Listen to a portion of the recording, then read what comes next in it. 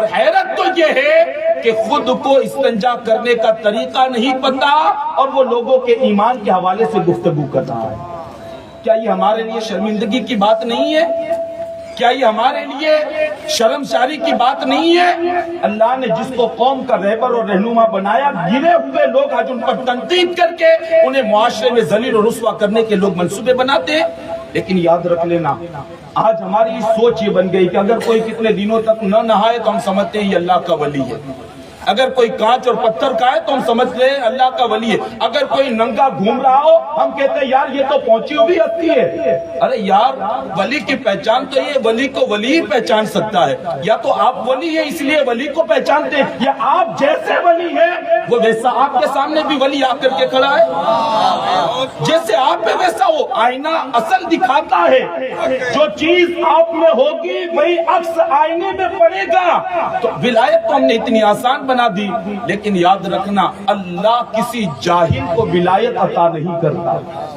یہ خاص بات ہے، اللہ تعالیٰ کسی جاہل کو ولایت عطا نہیں کرتا، یا تو اس کو مدرسے میں بیچ کر کے پہلے عالم دین بناتا ہے پھر ولایت عطا کرتا ہے، اور اگر مدرسے میں نہیں بیچا جاتا تو اللہ اسے علم لدنی عطا کرتا ہے، لیکن علم عطا کرتا ہے پہلے علم والا بناتا ہے، اور پھر اللہ تبارک و تعالیٰ علم کے بعد اسے تاج ولایت عطا فرما دیتا ہے۔ امام محمد کا انتقال ہوا، امام اعظم کے شاگرد ہیں، انتقال ہوا، بعد انتقال کسی نے امام محمد کو خواب میں دیکھا، پوچھا ما فعل اللہ بک، اللہ نے تمہارے ساتھ کیا کیا؟ کہا اللہ نے مجھے معاف کر دیا۔ کہا کس عمل کی بنیاد پر؟ کہا عمل تو سارے کے سارے دھرے رہ گئے، انتقال کے بعد رب نے اپنے روبرو کھڑا کیا اور کھڑا کر کے کہا او محمد، اگر تجھے عذاب دینا ہوتا نا تو تجھے عالم بناتا ہی نہیں، عالم نہیں بناتا۔ پتا چلا جس کو اللہ علم عطا کرتا ہے نا، دنیا میں بھی اس کے ایمان کی حفاظت کرتا ہے، اور قیامت کے دن اللہ تعالیٰ اسے عزت کا تاج اس کے سر پر سجائے گا۔ تو عرض یہ کر رہا تھا کہ اللہ تبارک و تعالیٰ کسی بھی جاہل کو ولایت عطا نہیں کرتا، پھر وہ بھلے 10 سال تک نہ نہائے، یہ کوئی ولی ہونے کے لیے کافی نہیں ہے۔ قرآن تو یہ کہتا ہے ان اللہ یحب التوابین ویحب المتطہرین، اللہ تو توبہ کرنے والے اور پاک صاف رہنے والوں کو پسند کرتا ہے، وہ ناپاکوں کو پسند نہیں کرتا۔ ہاں، وہ ناپاکوں کو پسند نہیں، پاک کرنے والے کو۔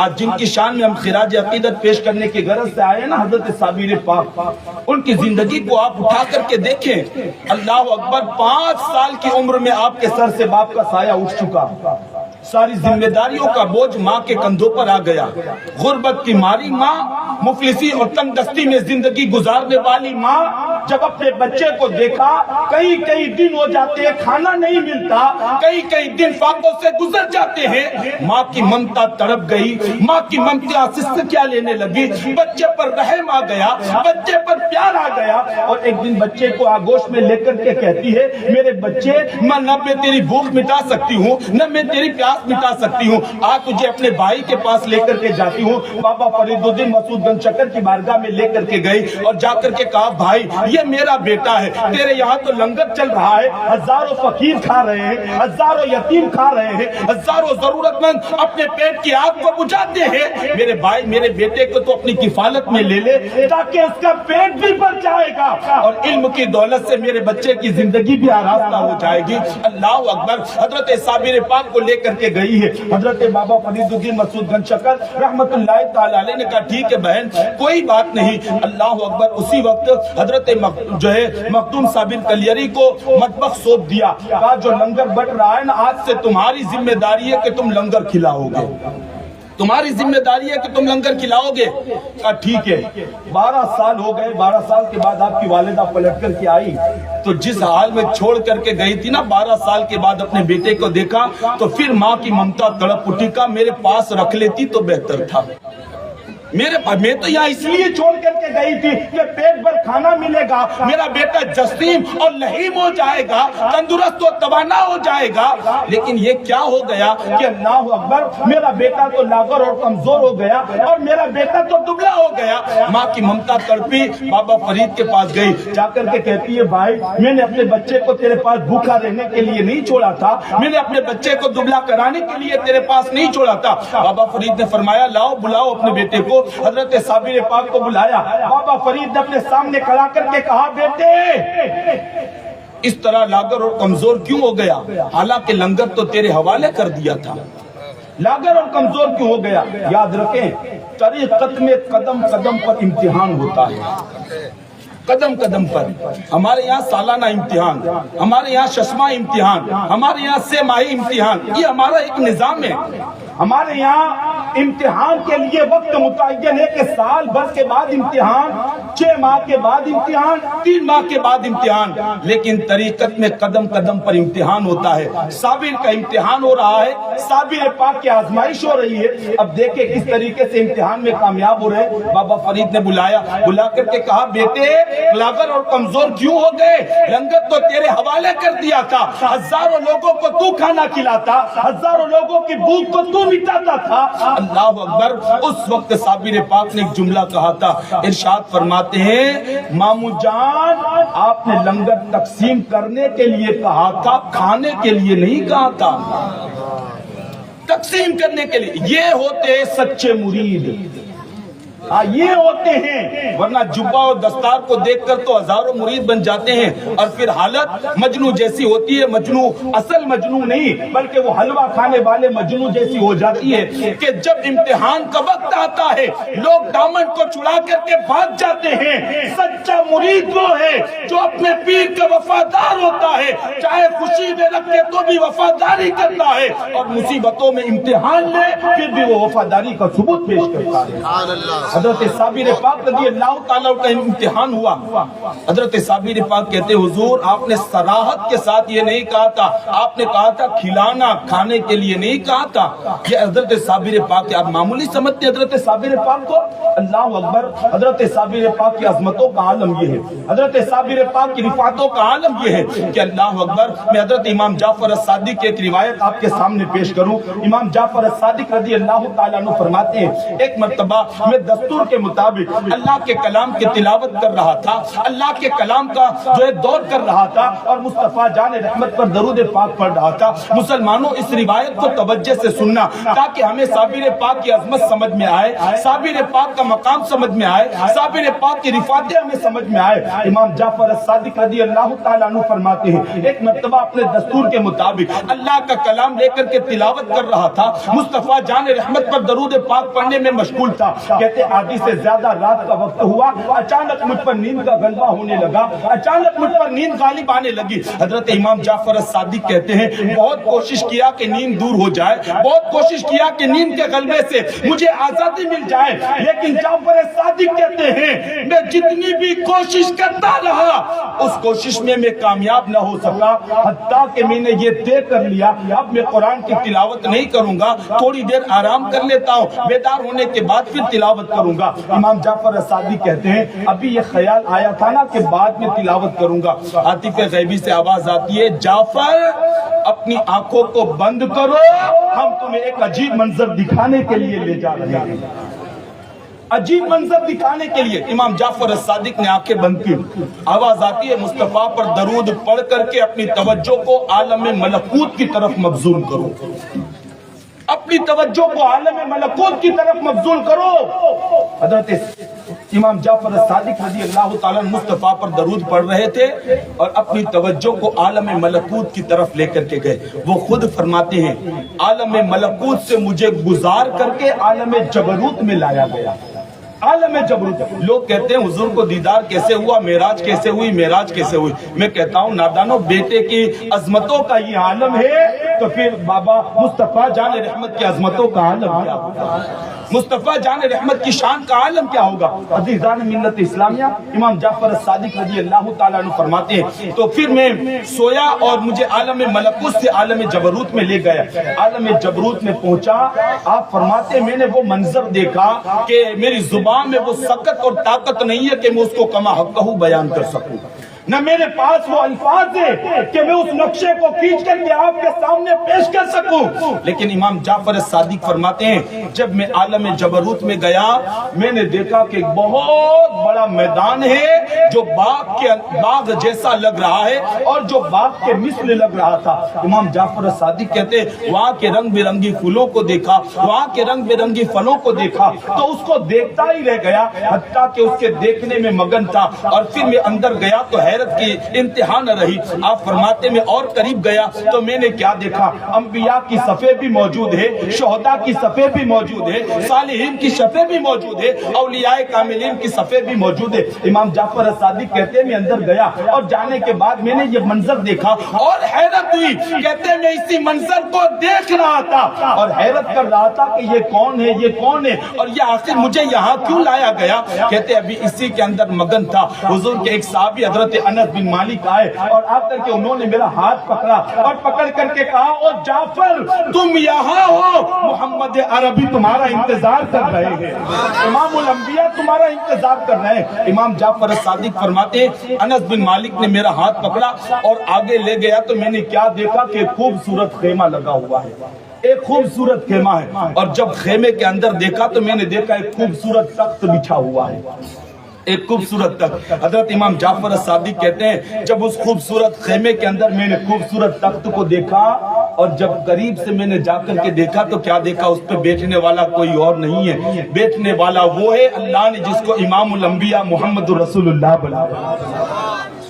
آقا کونین جلوہ گر ہیں, اہل بیت اطہار حضور کے پاس ہے, اجلہ صحابہ کرام حضور کے پاس ہے. اور تعداد میں امام جعفر صادق کہتے ہیں اہل بیت اور صحابہ کل مل کر کے 11 افراد تھے جو حضور کے قریب کھڑے تھے, حضور کے قریب تھے. اور کہتے ہیں جب میں دروازے پر پہنچا, خیمے کے دروازے پر, تو آقا کریم نے فرمایا میرے بیٹے ادھر آجا, تیرا ہی انتظار کر رہا ہوں, بیٹے آجا انتظار کر رہا ہوں تیرا. اللہ اکبر. امام جعفر صادق حضور کے روبرو جا کر کے کھڑے ہوئے. امام جعفر صادق کہتے حضور نے فرمایا کہ اس کے لیے ایک کرسی لاؤ اور اس کو یہاں بٹھاؤ. امام جعفر صادق کو بٹھایا اور بٹھانے کے بعد غیبدہ نبی صلی اللہ علیہ وآلہ وسلم فرماتے ہیں جعفر جانتے ہو یہاں تمہیں کیوں بلایا گیا, اے جعفر جانتے ہو یہاں کیوں بلایا گیا. عرض کرتے بندہ نواز آقا مجھے تو نہیں پتا. میرے آقا صلی اللہ علیہ وسلم فرماتے ہیں اے جعفر 3 دنوں کے بعد تیرا انتقال ہو جائے گا اور 3 دن کے بعد تم مجھ سے ملاقات کرے گا. 3 دن کے بعد. امام اہل سنت کہتے ہیں نا اور کوئی غیب کیا تم سے نہا ہو بلا, جب نہ خدائی چھپا تم پہ کروڑوں درود. ہمارا ایمان تو یہ کہ اس وقت بھلے ہم یہاں بیٹھے ہیں لیکن مکین گنبد خضرا اپنے مزار سے ہم سب کو دیکھ رہے ہیں, اس لیے کہ ہمارا عقیدہ ہے تو زندہ ہے واللہ, تو زندہ ہے واللہ. میری چشم عالم سے چھپ جانے والے, ہماری آنکھوں میں وہ سکت کہاں, ہماری آنکھوں میں وہ قوت کہاں, ہماری آنکھوں کے اندر وہ طاقت کہاں ہے جو ہم دیدار مصطفیٰ کر سکیں. ارے عاشقوں کی حالت دیکھو, امام جلال الدین سیوطی کی زندگی پڑھو, آپ کو پتا چلے گا جب بھی حضور کا دیدار ہوا خواب میں نہیں بلکہ حالت بیداری میں مصطفیٰ نے اپنے غلام کو دیدار سے مشرف. ہمارے پاس تو وہ طاقتیں کہاں ہیں, وہ اعمال کہاں, وہ نگاہیں کہاں کہ جسے ہم مصطفیٰ جان رحمت کا دیدار. لیکن آج بھی تڑپ ہو نا پیدا, آج بھی تڑپ ہو تو حضور اپنے غلاموں کو زیادہ تڑپاتے نہیں ہیں بلکہ سچے غلاموں کو اپنا دیدار کرا ہی دیتے. حضور دیدار کرائی دیتے, تڑپاتے نہیں ہیں حضور. امام جعفر صادق رضی اللہ تعالیٰ عنہ سے حضور نے فرمایا جعفر 3 دنوں کے بعد تیرا انتقال ہو جائے گا لیکن ایک خاص بات کرنے کے لیے میں نے تجھے یہاں بلایا ہے اور جو میں کہہ رہا ہوں نا اسے لکھ لے. اور یہ لکھ کر کے جب تو نے کتاب لکھی ہے نا جو اس کتاب کے اندر یہ سند لکھ دینا تاکہ لوگوں کو پتا چل جائے کہ امام جعفر صادق نے حضور سے سنا اور حضور کے حکم پر امام جعفر صادق نے اپنی کتاب اس روایت کو نقل کیا. آقا کونین کا حکم تھا دوات اور کاغذ لے کر کے بیٹھے حضور کی بارگاہ میں. آقا کونین صلی اللہ علیہ وآلہ وسلم کی بارگاہ میں بیٹھے تھے امام جعفر صادق. روایت بڑی طویل ہے اور مختصر جو ہے چیدہ جگہ سے میں آپ کو سنا کر کے اختتام کی طرف اپنے عنوان کو لے جاؤں. امام جعفر صادق کہتے ہیں حضور نے اپنے سامنے بٹھایا مجھے اور پھر جب بیٹھ گیا حضور کے سامنے تو امام الانبیاء جناب محمد رسول اللہ صلی اللہ علیہ وآلہ وسلم نے امام حسن اور امام حسین کو بلایا اور بلا کر کے فرماتے ہیں حسن اور حسین جب تمہاری شہادت کی سند تیار ہوئی, توجہ کرنا, جب تمہارے شہادت کی سند تیار ہوئی اور اس وقت دستخط کرنے کی بات آئی، چونکہ تم اسلام بچانے کے لیے جان دے رہے تھے، حضور فرماتے حسن اور حسین تمہاری اس شہادت کی سند پر خوشی کے ساتھ ہم نے دستخط کر دیا تھا، دستخط خوشی کے ساتھ کر دیا تھا، لیکن حضور فرماتے مجھے اس وقت ایک فکر تھی، دستخط تو کر دیا میں نے، اہل بیت اطہار نے بھی دستخط، لیکن ایک فکر تھی کہ شہادت حسن اور شہادت حسین کے بعد میری امت کا کیا ہوگا، شہادت حسین اور شہادت حسن کے بعد میری امت کا کیا ہوگا، انہیں کون راستہ بتائے گا، کیسے ہدایت پائیں گے، اور مذہب اسلام کے عروج اور ارتقاء کے لیے کیا اسباب ہوں گے۔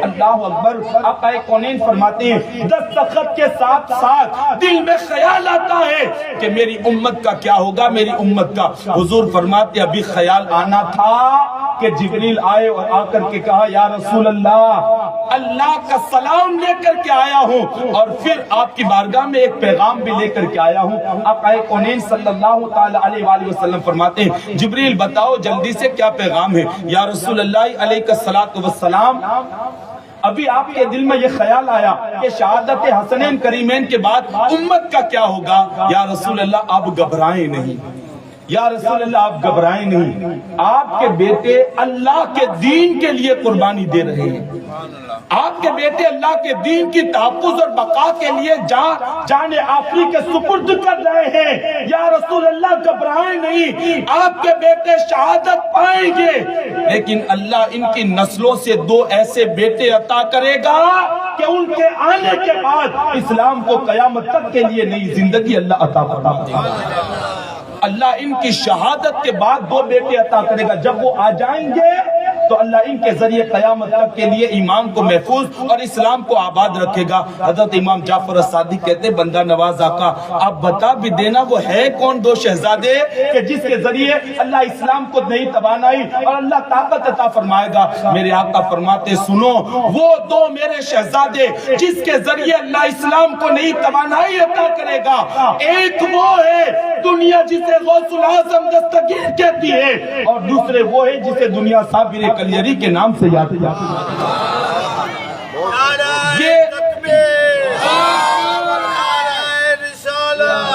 یہ حضرت صابر پاک کا مقام ہے، یہ حضرت صابر پاک کا مرتبہ ہے۔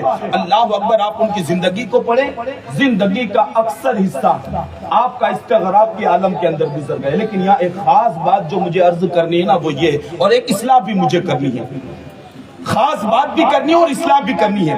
آپ دیکھیں زندگی کا اکثر حصہ عالم استغراق میں گزرتا، ایک روایت کے مطابق درخت کی شاخ کو پکڑ کر کے کھڑے رہے اور پھر کھڑے کھڑے رہ گئے، برسوں گزر گئے، برسوں گزر گئے، لیکن اللہ اکبر عالم استغراق کے اندر امام حضرت صابر کلیری رضی اللہ مولا تبارک و تعالیٰ عنہ نے زندگی میں ایک ہی بندے کو خلافت عطا فرمائی، اور ان کا مزار بھی جو ہے پانی پت کی سرزمین پہ خواجہ شمس الدین پانی پتی ترک پانی پتی، خواجہ شمس الدین ترک پانی پتی رحمت اللہ تعالی، بڑے خوش الہام تھے اور اچھے انداز میں وہ اللہ کے کلام کی تلاوت کرتے تھے، قرآن بہت اچھا پڑھتے تھے، قرآن بہت اچھا، اللہ نے وہ قرآن پڑھنے کا جو ملکہ ان کو عطا فرمایا تھا۔ اللہ اکبر، جب وہ قرآن پڑھتے نا تو حضور صابر پاک بڑی توجہ اور انہماک کے ساتھ ان کی قرآن کی تلاوت کو سنا کرتے تھے، حضرت صابر پاک کی وہ خدمت کرتے۔ اکثر حصہ حضرت صابر پاک کا عالم استغراق کے اندر گزرتا، نہ کسی سے ملتے، نہ کسی سے گفتگو کرتے، نہ کسی کو ملاقات کا وقت دیتے، نہ کسی کے یہاں ملاقات کے لیے جاتے، بس ہمیشہ یاد خدا میں اتنے ڈوب جاتے۔ لیکن اللہ اکبر، عالم استغراق کے اندر بھی اکثر حصہ توجہ کرنا، اکثر حصہ عالم استغراق کے اندر گزرتا، لیکن فرماتے نماز کا وقت آتا، صابر پاک اصلی حالت پر آتے اور وضو بنا کر کے رب کے حضور سجدہ ریز ہو جایا، اور پھر آپ فرماتے تھے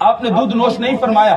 آپ کے والد بزرگوار نے جب یہ دیکھا نا کہ میرا بیٹا دودھ نوش نہیں کر رہا ہے تو پھر آپ نے ایک وظیفہ پڑھا, یا شیخ عبد القادر جیلانی شیئن للہ, یا شیخ عبد القادر جیلانی شیئن للہ. آپ کے والد کہتے ہیں 21 مرتبہ میں نے یہ وظیفہ پڑھا اور پڑھ کر کے میرے بیٹے کے سینے پر دم کیا. اسی وقت سے میرے بیٹے نے دودھ پینا شروع کر دیا.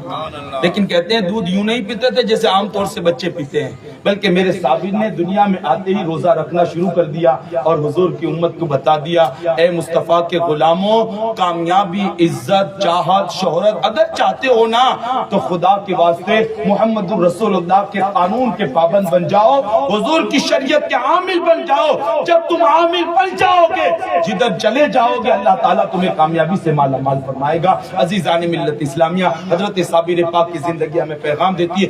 اتنے بڑے مرتبے پر فائز آئے نہیں ہیں حضور غوث العظم جیسے بزرگ, چونکہ وقت نہیں ہے میرے پاس اور وقت ختم بھی ہو گیا. بس آخری بات یہ عرض کر کے اپنی گفتگو کو مکمل. حضور غوث العظم دستگیر فرماتے ہیں, آپ کے دادا شیخ عبد الوہاب کہتے ہیں جب ان کے شکم میں آپ کے دادا صابر پاک کے دادا شیخ عبد الوہاب فرماتے جب وہ اپنی ماں کے شکم میں آئے, ان کا نور جب ان کی ماں کے شکم میں آیا, حضور غوث العظم دستگیر فرماتے ہیں کہ کبھی میں اپنی پشت کر کے ان کی طرف نہیں بیٹھا کبھی, چونکہ حضور صابر پاک غوث پاک کی اولاد میں سے اور آپ کے پر پوتے لگتے ہیں.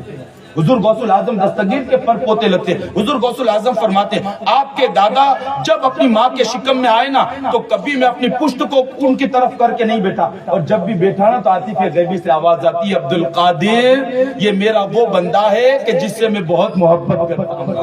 اور فرماتے یہ راز کی باتیں میں اپنے مخصوص لوگوں کے درمیان, یہ مقام اور مرتبہ اللہ نے صابر پاک کو عطا کیا تھا. لیکن اس کے باوجود میرے صابر علم کی طرف گئے, میرے صابر نے مدرسے کی طرف توجہ کی, اور حضرت بابا فرید الدین مسعود گنج شکر رحمت اللہ تعالی علیہ کی بارگاہ میں جا کر زانوئے قلم مستے کیا. اے مسلمانوں, آج جو تباہی, بربادی, آج جو مصیبتیں ہیں نا, اس کی سب سے بڑی وجہ ہے علم کا نہ ہونا.